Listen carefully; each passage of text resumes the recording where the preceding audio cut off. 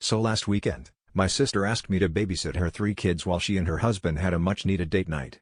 I figured this would be easy, after all, I'm the cool uncle with a Netflix password and a bag of gummy bears.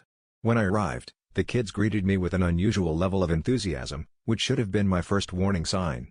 As soon as my sister left, her oldest, Max, handed me a homemade babysitter survival kit that contained a flashlight, a whistle, and a single band-aid. I laughed and asked if I'd need to call for backup. They just grinned and said, "You'll see." About 15 minutes in, I suggested a friendly game of Monopoly, but as soon as I reached for the game board, all 3 kids simultaneously shrieked, "The floor is lava!" They leapt onto the couch, the armchair, and the dog, who looked more alarmed than usual, leaving me stranded on the rug. Not wanting to lose my cool uncle status, I hopped onto the coffee table like it was the last lifeboat on the Titanic. I figured this would last a few minutes, but anytime I so much as hinted at touching the floor, the kids would gasp dramatically and shout, "No! The lava!" 2 hours passed. My legs went numb, my phone died, and snacks were rationed out like we were on a desert island.